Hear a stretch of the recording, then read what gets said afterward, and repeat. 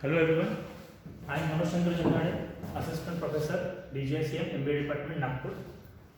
Today's our topic is, we are studying statistics and our topic is measure of shape. Means whatever the data we get, generally that particular data shows some particular shape of the data.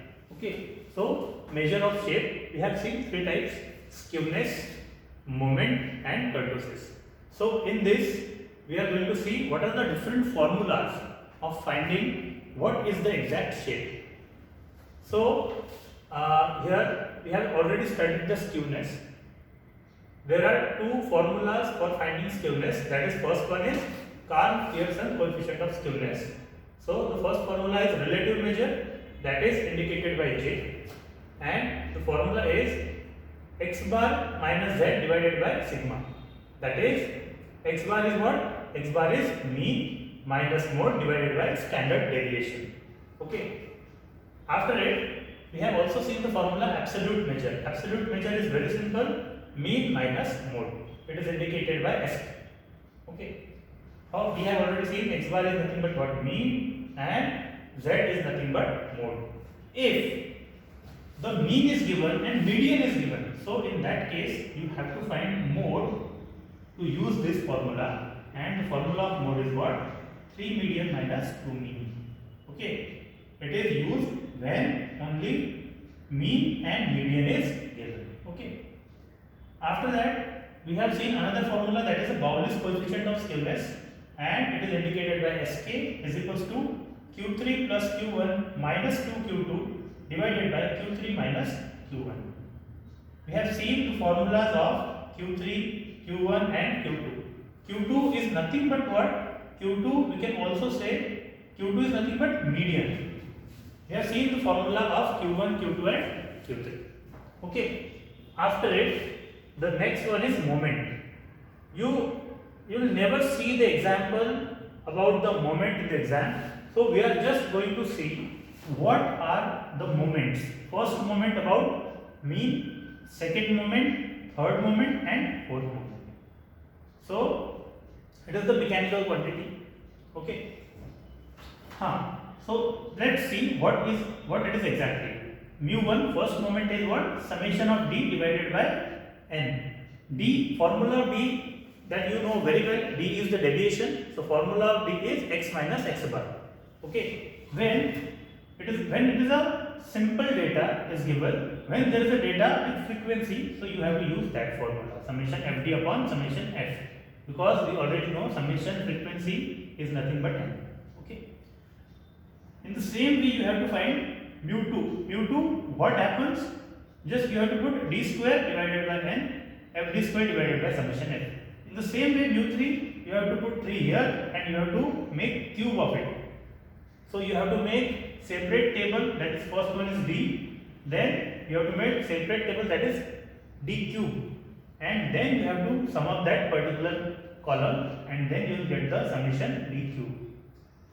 In the similar way, you have to make d cube and you have to multiply that particular column with frequency column, then you will get another column that is known as fd cube. Then you have to make summation of that column and then you have to put there, and you will get the value of third moment. Okay. Similar way, the formula of mu4 is summation d power 4 divided by n is equals to, if the frequency is given, summation fd power 4 divided by summation f.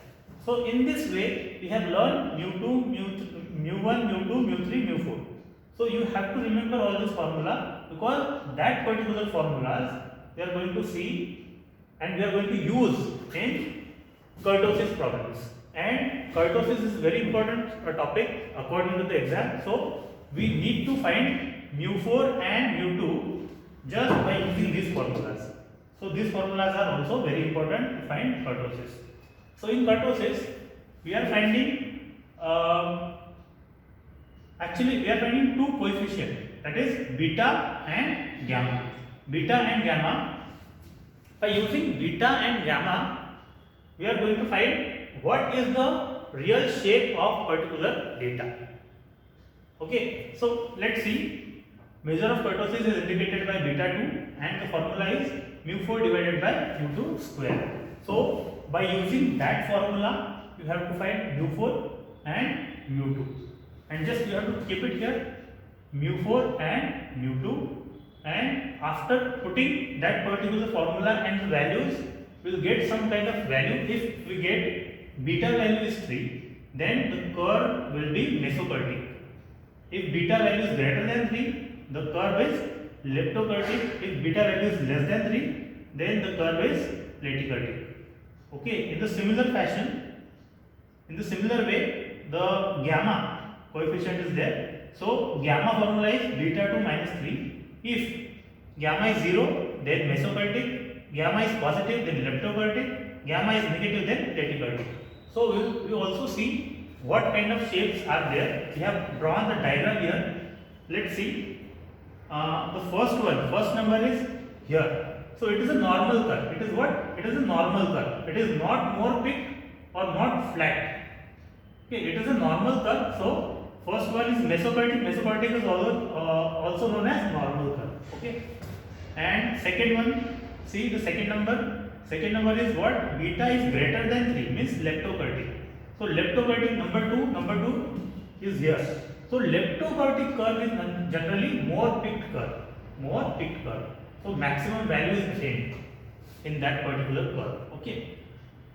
And after it, beta is less than 3. Beta is less than 3 means what?